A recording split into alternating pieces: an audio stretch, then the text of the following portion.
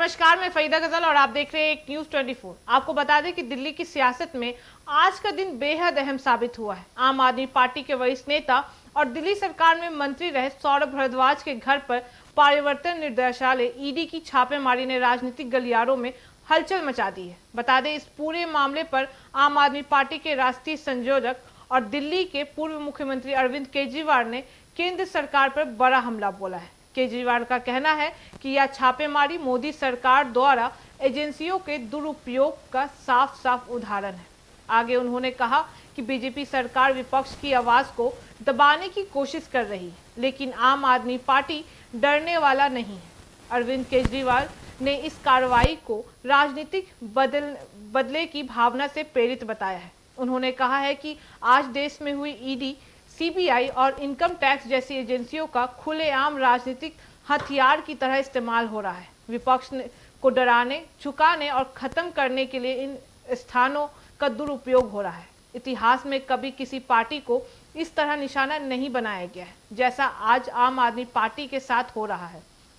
बता दें कि केजरीवाल ने मोदी सरकार की नीतियों पर सवाल उठाते हुए कहा है कि आम आदमी पार्टी उन गिनी चुनी पार्टियों में से है जो महंगाई, बेरोजगारी, शिक्षा, स्वास्थ्य और आर्थिक मुद्दों पर सरकार से सवाल पूछती है। उन्होंने आगे कहा कि हमने हमेशा जनता के मुद्दों पर आवाज उठाई है, चाहे सरकारी स्कूलों को बेहतर बनाने का मुद्दा हो, अस्पतालों की स्थितियां सुधारने की बात हो या फिर भ्रष्टाचार के खिलाफ अभियान हो। हमने जनता के हित में काम किया है। यही कारण है कि बीजेपी हमें सबसे बड़ा खतरा मानती है और हमें खत्म करना पर तुली हुई है। इस छापेमारी पर आम आदमी पार्टी का साफ आरोप है कि केंद्र सरकार दिल्ली में उनकी लोकप्रियता को देखकर बौखला गई है। पार्टी का कहना है कि जब जब आप सरकार ने देश भर में अपनी उपलब्धियों गिनाई हैं और दिल्ली मॉडल की चर्चा होने लगी, तब तब बीजेपी ने एजेंसियों को आगे कर हमें निशाना बनाया है। राजनीतिक विशेषज्ञों का मानना है कि यह छापेमारी सिर्फ सौरभ भारद्वाज तक सीमित नहीं है। यह एक बड़ा राजनीतिक संदेश है कि जो भी पार्टी केंद्र सरकार का विरोध करेगी, उसे इस तरह के दबाव का सामना करना पड़ेगा। पिछले कुछ समय में महाराष्ट्र, झारखंड, पश्चिम बंगाल और दिल्ली जैसे राज्यों में विपक्षी नेताओं पर लगातार कार्रवाई देखने को मिली है।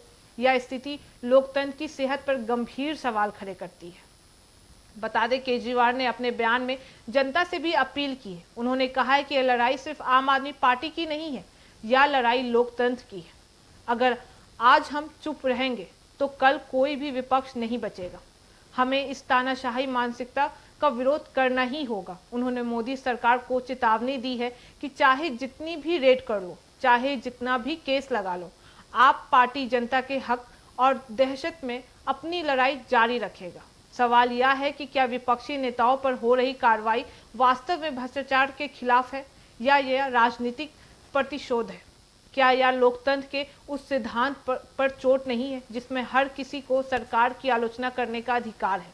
यह मामला अब केवल एक छापेमारी का नहीं रह गया है, बल्कि पूरे देश के लोकतंत्र और विपक्ष की स्वतंत्रता का मुद्दा बन चुका है।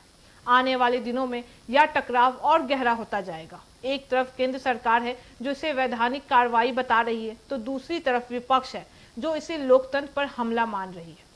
अरविंद केजरीवाल का यह बयान साफ संदेश देता है कि आम आदमी पार्टी पीछे हटने वाली नहीं है।